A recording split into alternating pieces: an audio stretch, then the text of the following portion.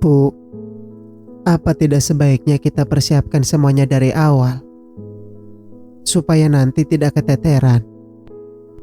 Tanyaku pada ibu yang sedang mengupas mengiris bawang merah di dekatku. Ibu manut sama kamu saja, Mayang. Kamu lebih tahu apa saja yang kamu butuhkan. Oh iya, kalau buat dekornya, cari yang sederhana saja, biar tidak membebani keuangan kamu, jawab ibu. Iya, Bu. Pernikahanku memang masih kurang 1 bulan. Namun, aku tidak bisa berpangku tangan atau santai, karena aku harus mengurus semua sendirian.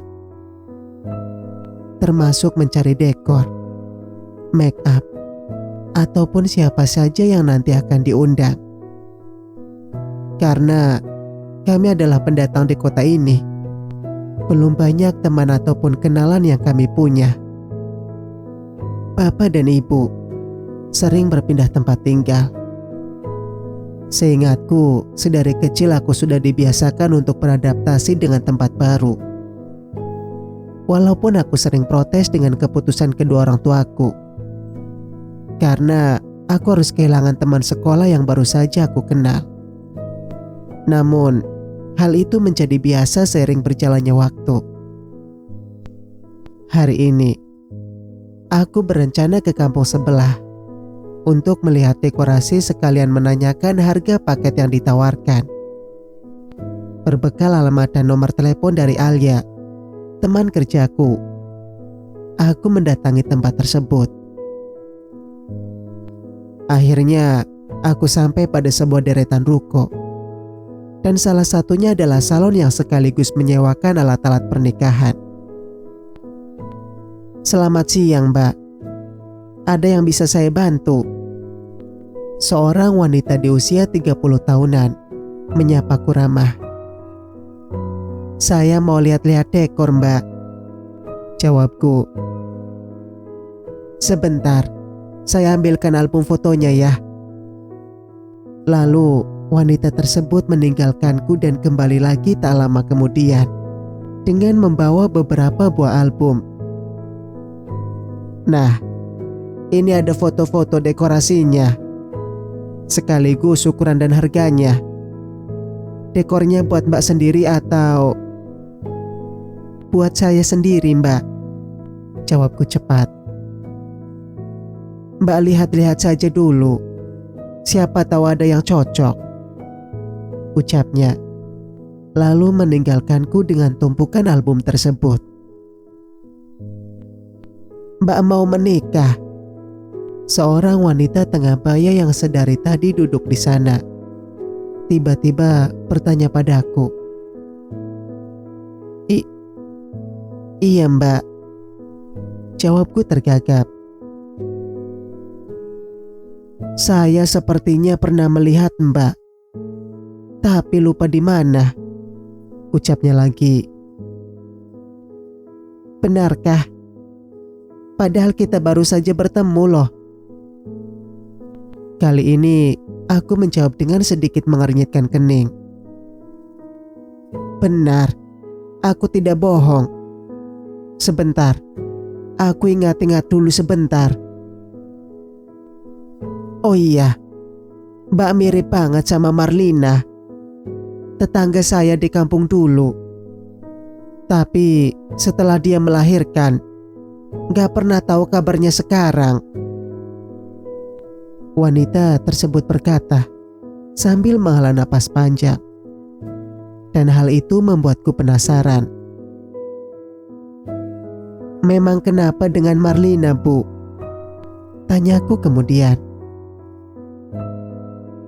Jadi gini, Marlina itu dulu temanku sekolah. Tapi ketika duduk di bangku SMP, dia hamil. Nah, kamu mirip sekali dengan temanku, Marlina itu. Wanita itu menjelaskan.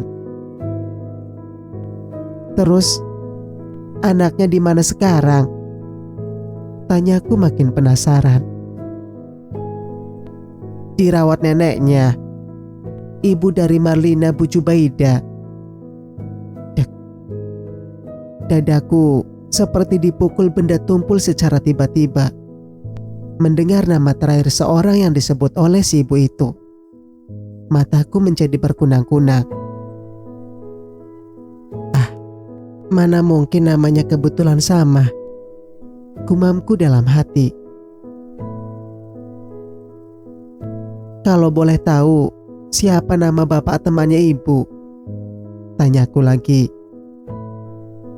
Maksudmu suami Bu Jubaidah?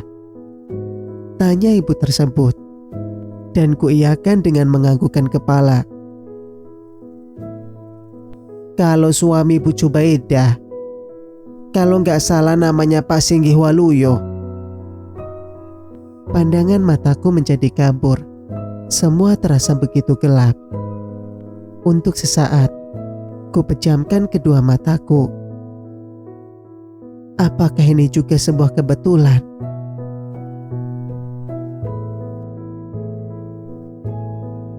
Mbak.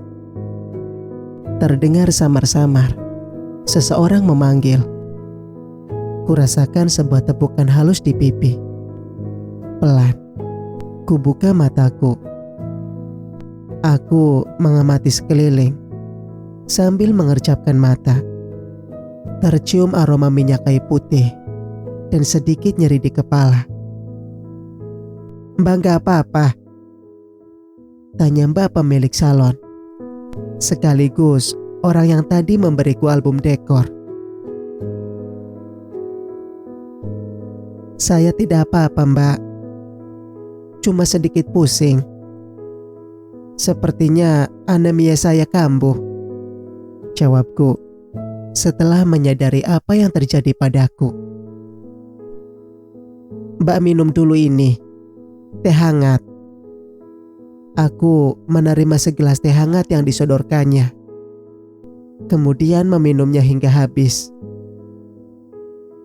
Terima kasih ya mbak, ucapku kemudian. Mbak pasti kecapean dan banyak pikiran, makanya tekanan darahnya drop. Sebaiknya mbak jaga kesehatan, apalagi sebentar lagi jadi pengantin. Wanita yang tadi berbicara denganku sebelum pingsan tadi menimpali. Sepertinya begitu. Terima kasih ya, ucapku lagi. Apa nggak sebaiknya mbak minta dijemput saja? Saran mbak pemilik salon yang belum aku ketahui namanya. Saya bisa pulang sendiri kok, jawabku meyakinkan.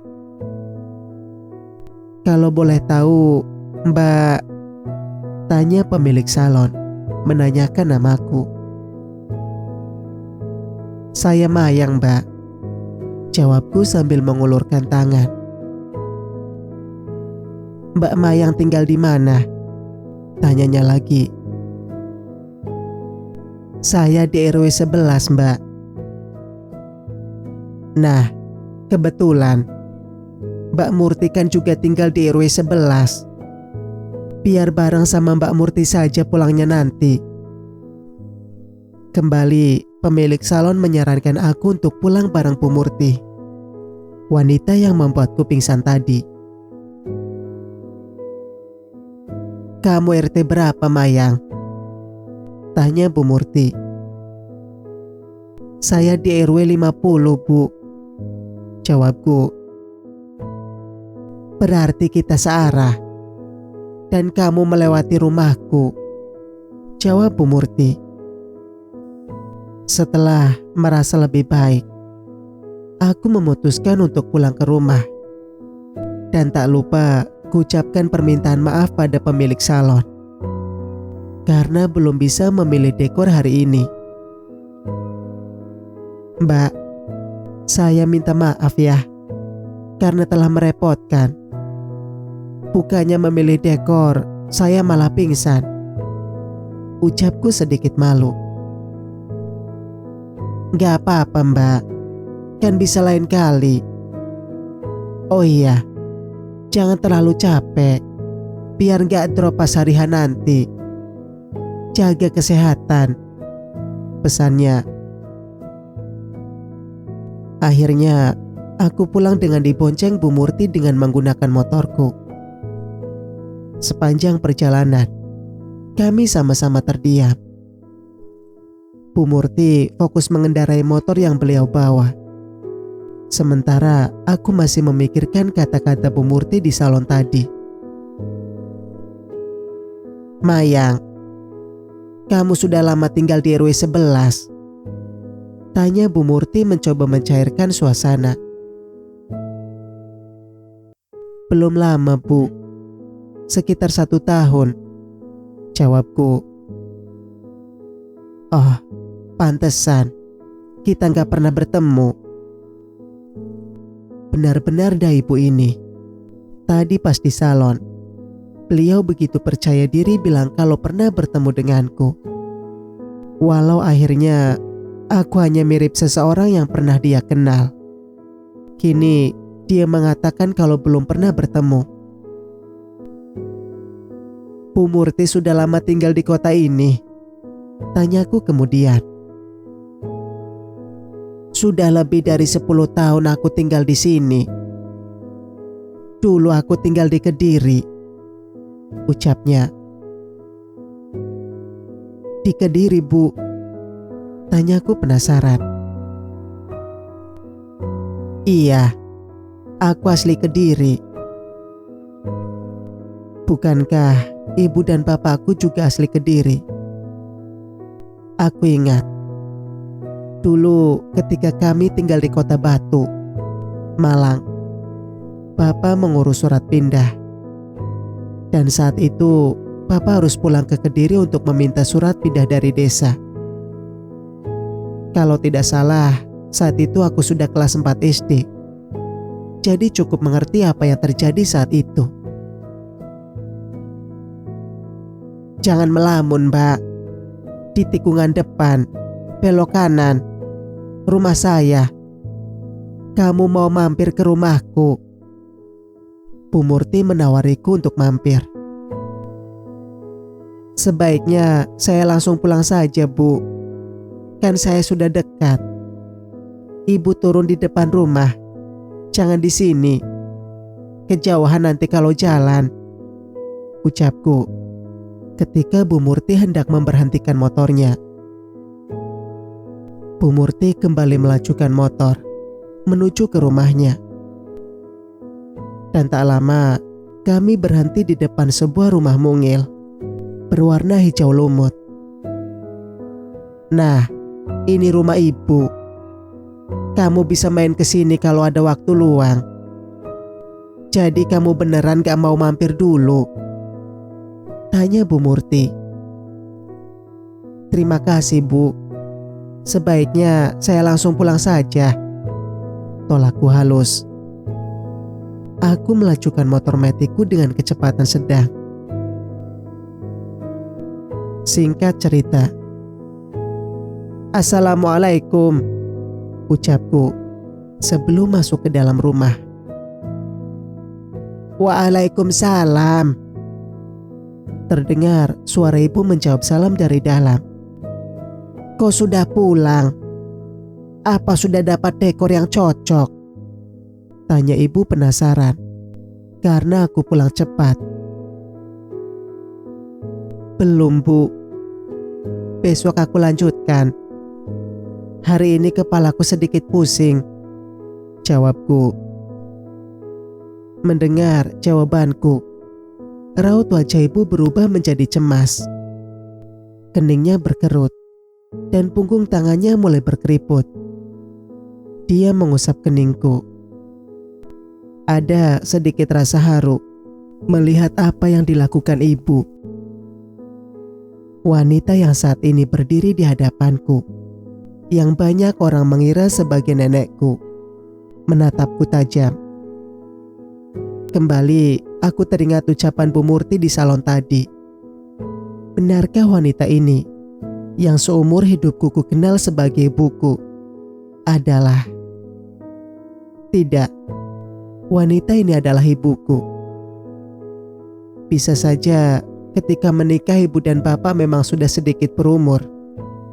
Atau ibu melahirkanku setelah menikah cukup lama. Mayang, tubuhmu hangat. Kamu sakit, nak? Tanya ibu dengan lembut. Kembali wajahnya menunjukkan sebuah kecemasan. Tidak, Bu.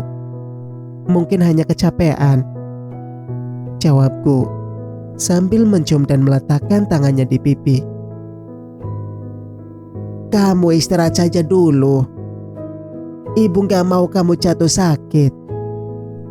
Apalagi sebentar lagi kamu menikah. Menikah. Beberapa saat, aku sedikit terlupa bahwa aku akan menikah. Apakah memang orang yang akan menikah selalu mengalami hal-hal yang aku rasakan? Kalau bimbang, apakah Mas Andi juga merasakan hal yang sama? Sudah 3 hari kami tidak saling berkomunikasi. Mas Andi bilang dia ingin fokus menyiapkan segala hal berkaitan dengan rencana pernikahan kami nanti. Dan dia tidak ingin diganggu untuk sementara waktu. Begitu sibukkah dia dengan rencana pernikahan kami?